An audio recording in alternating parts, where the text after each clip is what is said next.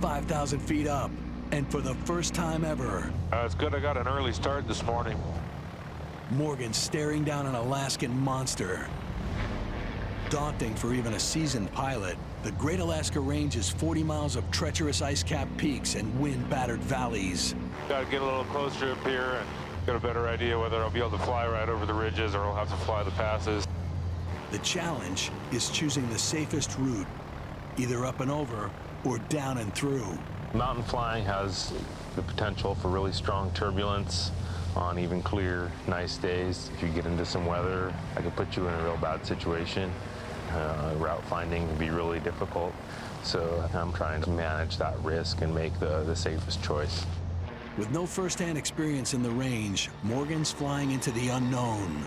If I have to fly the passes, it means you have to fly a longer route. And you get closer to the ridge, up against the mountains. So it's a little more dangerous. But he does not hesitate. Now I'm approaching the first line of ridges here. I'm climbing about 300 feet per minute, doing about 83 knots.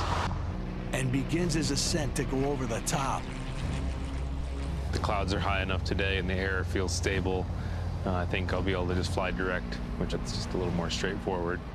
To clear the highest peaks, he's climbing to 10,000 feet, higher than he's ever flown before. You can really see it's definitely still winter up here.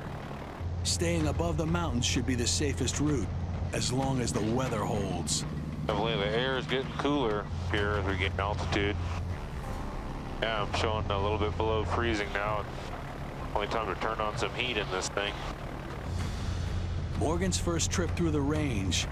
I pretty much know right where I am, but nice to just reference stuff on the map. Is an opportunity to scout the lay of the land. Try to learn any extra landmarks I can. You never know when you're going to be in a situation where recognizing one ridge or one little peak might help you out. You know, if something goes wrong, chance of survivability is pretty low. It's a really interesting combination of trying to stay relaxed, calm, but also very busy and focused.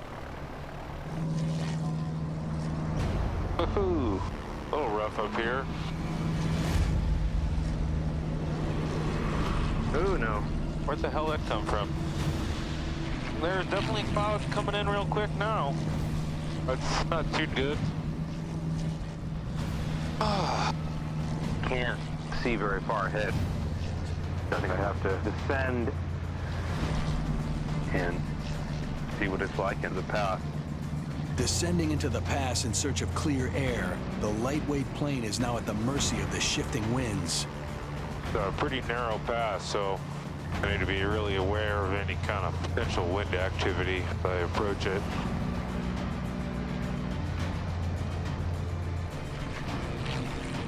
It's pretty nerve-wracking being this close to two mountains. If I, were to encounter a really strong downdraft there, it could be pretty bad. All right, heading up on the next ridge, and there's still plenty to go.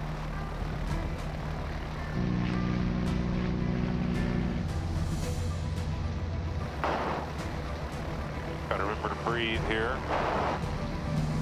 Yeah, just one ridge away from home now.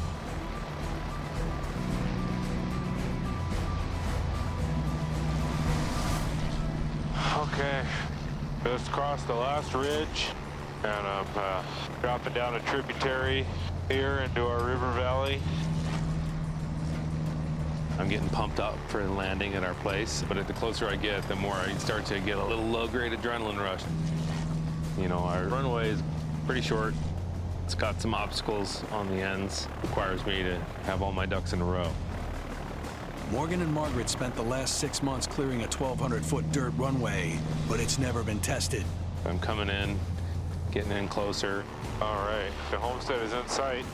I've got to be right over these trees, so I'm not too high as I come into the strip, and I need to be as slow as possible so I get this plane to stall and stick to the ground right at the beginning. All right, gotta remember to breathe here.